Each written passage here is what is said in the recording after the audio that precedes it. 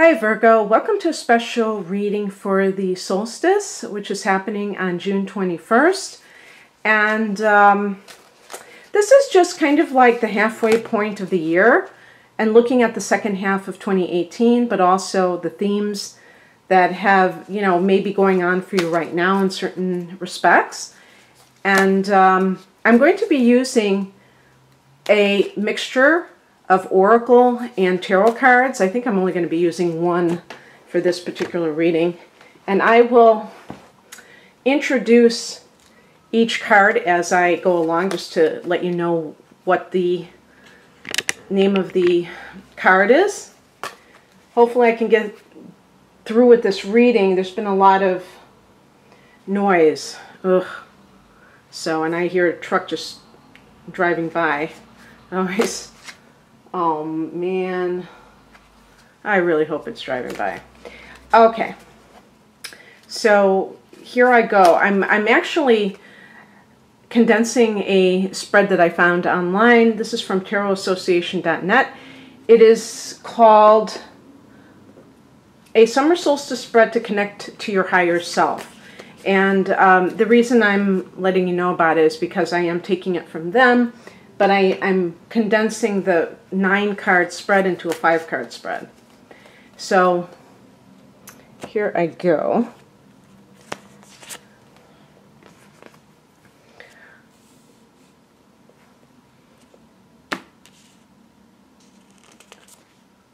Huh. It's funny, I cut the cards and it's like I got 2 of the same cards that I got for another sign. Okay, those are the first 2, and then I'm just trying to think of like which card is going to be the tarot card. This is my Morgan Greer deck. This is the one I probably use the most.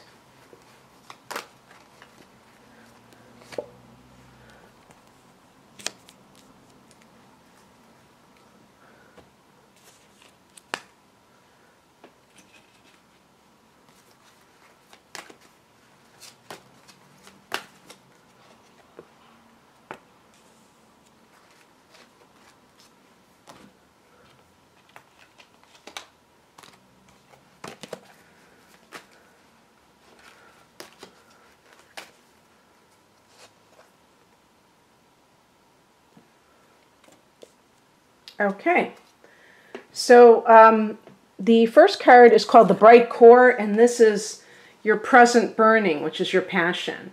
What can fuel you and sustain you, and I got the corn. And this deck is the Mystical Shaman Oracle deck, and it's borderless.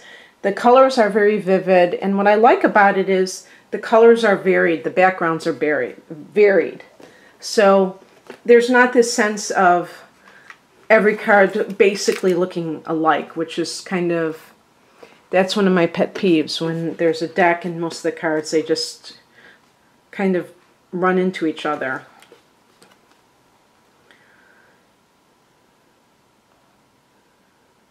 Okay, it says, corn represents the mother of sustenance and tangible abundance. This symbol represents material prosperity in the world of form that provides stability and sustenance to many. There is more than enough. And I would say 2 things about this. First of all, you are an earth sign, so this is perfect, material abundance. But with Virgo, I don't associate a sign that is very much of a spendthrift, that likes to just go shopping for no reason. Actually, you're the sign of what do they call that? I was going to say simplicity, but now they call it minimalism. And I think Virgo leads the pack. Maybe, Capricorn could give you a run for your money in this area, but Capricorn is an earth sign too. And earth signs sometimes, I think, get the bad rap of being materialistic, but actually the earth energy is very comfortable with what earth represents, and they know not only how they can make it expand, but how they can work against it, increasing. In other words, sometimes people waste things because they simply do not have a direct connection to them, and so they don't seem to care if they have to throw things out that they barely used. You are a sign that really wants to recycle. You want to make use of things and be able to be sustainable, and you have a respect for the earth. So that kind of thing is something that a lot of Virgos are passionate about. And even though this card says abundance, simplicity can really highlight our true abundance. So, you know, a lot of people think of all the people who work long hours because they want to be able to sustain a lifestyle that really they may not be that happy with, but they think that's what they have to do to be considered successful or whatever. They're looking to the outside world to give them this sense of their value. And a Virgo person is happy with less, is able to, you know, would probably prefer living in a smaller dwelling than having to take care of a bigger place and having to spend more money and more time. Time is also a commodity. And so the more we simplify life, the more we can enjoy it. We don't have that stress. We don't have this thing hanging over our heads. So I think a lot of Virgos know this. And so it's important for you, I think, that you share your understanding and your experiences with other people, because you can really help a lot of people. The second card is fire, and this was, yeah, I think I don't know, I got a couple of these cards with Leo, actually, which is really funny. And this was how you can express yourself best, how you can communicate. And I would say, just as like advice, before I read from this booklet, is communicate with more passion, because earth signs tend to be rather dry and very pragmatic, and that could also include how they communicate. But then it doesn't really inspire others as much as it could be. So being as enthusiastic about what it is that you're trying to convey is very important. Okay. Warm your hands and your heart by your inner fire. Let it burn away your hardships. Let it consume your pain and your sorrow. Has life become too rigid, too cold, or too superficial? Light a candle or make a bonfire and toss into the flames everything that has become stiff and painful. Give it all to the fire for rapid transformation. Set your life on fire. And it's interesting, too, because there will be coming up for you speaking of fire, there will be a solar eclipse in Leo. You had one last year as well. And this will be in your 12th house of mysticism, past lives, and things like that. So that's coming up on August 11th in the second half of the year. And that may be a time, too, that even though this is a house of immateriality, which is directly opposed to your 6th house of health and work and really kind of practical things, you may explore some spiritual concepts that help you to feel a sense of that passion for life that maybe up till now some of you have been a little bit, I don't know, I was going to say grounded, but grounded is a good thing, maybe anchored to the earth too much, that you need to experience this mystical influence, and it happens to be in fire energy in Leo. So that's something that I would tell you about, or want to tell you about. Now, the third position is, I like this this name. They say Ancient Light. What to leave behind in shadow. And this is the Hierophant card. Now, this card connects to Taurus. So maybe there's a Taurus person you need to leave behind. But actually, The Hierophant is a card that is connected to different, conforming to tradition.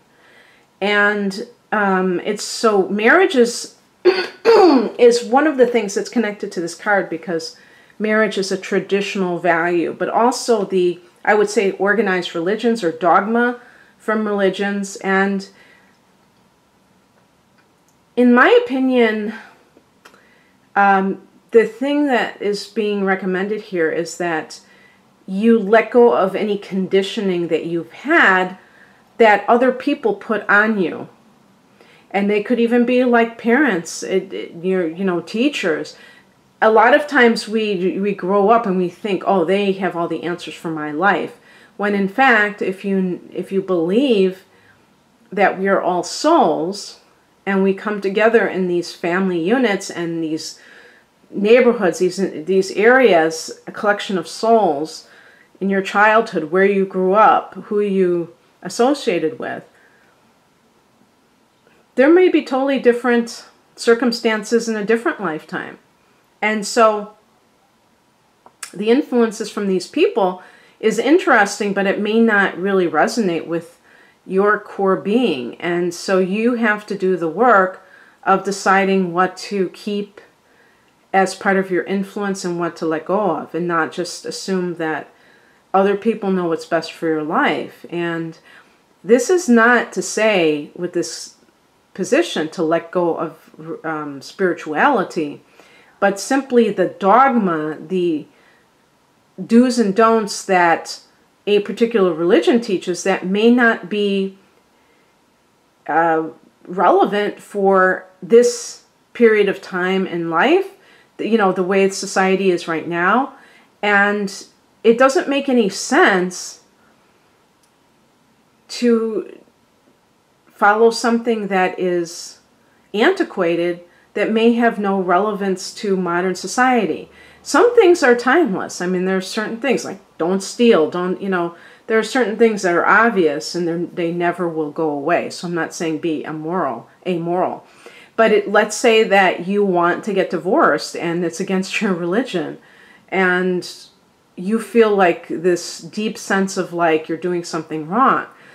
If you really sit down and think about it and be logical about it, you may realize that you could possibly be doing something good for both you and the other party, because you may have had a season together where it was important for you to be together. Maybe you even created a family together and that was meant to be, but it wasn't necessarily meant to be that you were going to stay with this person until the day you die. And that doesn't mean anything unethical, any more than it would be unethical if you didn't maintain a friendship from when you were a child or when you were in college. Sometimes people go in different directions. That doesn't mean that either one is bad because they don't want to associate with that person on such an intense level anymore. So when you really question the things that you've been taught, you may realize that they might have had some kind of legitimacy at a certain point in our history as human beings, but perhaps now it just isn't as valid, and it doesn't really help us to follow those patterns. Or it may be in a different area of your life that this is really affecting you. Okay. The fourth position is glory, what your higher self wants you to remember most today. So here's a message for the solstice. And I'm going to read from the booklet because I forgot how to pronounce his name. I'm just going to show his picture, and it's a beautiful, I love this deck. This is the Mystical Shaman, no, I'm sorry. This is the Keepers of the Light Oracle deck. I hope I said these two are from the Mystical Shaman Oracle deck from Hay House, because that was a deck that was sent to me. I want to give a shout out to them. And this is the Morgan Greer Tarot deck. But reading from this booklet, because I know it's not pronounced how it's spelled. Remember that, okay, it's Dharma unfolding. Remember that you are on a path. Take one step at a time to happiness. Okay, it's pronounced Dwal Kul. Known as the Tibetan, is a Tibetan Buddhist master. He is said to have had many incarnations, including as a devotee of Buddha himself, and as one of the 3 wise men who honored the baby Jesus. Through his earthly experiences, he has learned the importance of spiritual practice and discipline, and knows that the path we are on unfolds over time. He is now helping light workers follow their Dharma, which is a Sanskrit word meaning right way of living. When Dwal Kul appears in a reading, he reminds you that your path is unfolding as it should. Take one step at a time and remember that your only spiritual function is to be happy. You are a powerful person with many lessons under your belt and a real capacity to share your wisdom with the world. Take the time to go over what you have learned recently, recognize the strengths it has brought you, and acknowledge where you have been courageous. Dwal Kul is now working with your angel guides to help your journey unfold like a beautiful lotus flower, one petal at a time. And I just want to say something that popped into my mind while I was reading that is, Virgo, there was a line in there that triggered that thought. I can't remember what it was, but have patience with yourself. Don't try to be the perfect spiritual person. Virgos tend towards perfectionism, and they can do that in any area of their life, including diet and something like this, a spiritual practice. And what happens is, first of all, it drains you of joy, because the act of doing something that honors yourself is fulfilling if you can just hang loose and not, you know, put these objectives into it. But also, it is against the purpose of it in the first place. So it's not about perfectionism. It's about the spiritual path is an evolutionary path. And it's something that we're all on, whether we know it or not. That's the other important thing. All of us are spiritual beings having a human experience. At least that's how I see it. So even an atheist who loves to talk about being an atheist is somebody who is experiencing life and having to decide, what does this mean? Is my life meaningless? Is there a reason that these things are happening to me? And if so, what can I learn from them? What is the ultimate purpose of life? I was watching a video on YouTube last night, and it was about this doctor who had a near-death experience, and the woman interviewing her said, were you religious before? And or did you ever think about life after death before? And she said, you know, that was never really something I thought about. And I thought, here's a woman who's a doctor. Imagine all the schooling she had to even get to that point. And she never thought about that issue. And I find that almost impossible to imagine, because if she were somebody who didn't have that much natural intelligence, or, you know, I could see her not being intellectually curious or anything like that. But it just goes to show that there is the mind and then there is the soul. The mind oftentimes will not be wanting to think about these kind of things, because the mind seems to be geared to focus on issues that concern us as material beings and not look at the philosophical side of life. I think that's more influenced by the soul. So letting yourself off the hook, I think, is a key to Virgo finding liberation in life. And going back to this card of like, do you have very deeply entrenched ideas about what is proper, what is not proper, what is okay, what is not okay, and really questioning your beliefs, questioning why you feel the way that you do. As Dewal Kuhl's card says, Dharma unfolding. Actually, your house, the 6th house in astrology, one of the main keywords is work, and it's actually your Dharma, how your service in the world, and your path through work, the work that you're doing. So even if somebody's bagging groceries and it seems like they're doing this thing that is not very lofty, that is like this mundane task, they have a Dharma because they may be interacting with customers and they may be encouraging people. They may have a positive spirit. So it has nothing to do with, oh, this person's a doctor and this person bags groceries, so the doctor is more important and their Dharma is more important. No, not at all. Everyone can, if they're conscious enough, they know that they have something to give to others. And it's not just whatever they're physically doing. Okay, and then the last card is Spark, and it says, what your higher self wants you to do more of in the future. Door to personal healing and happiness. Oh, I like this card. We have the rainbow, the dove.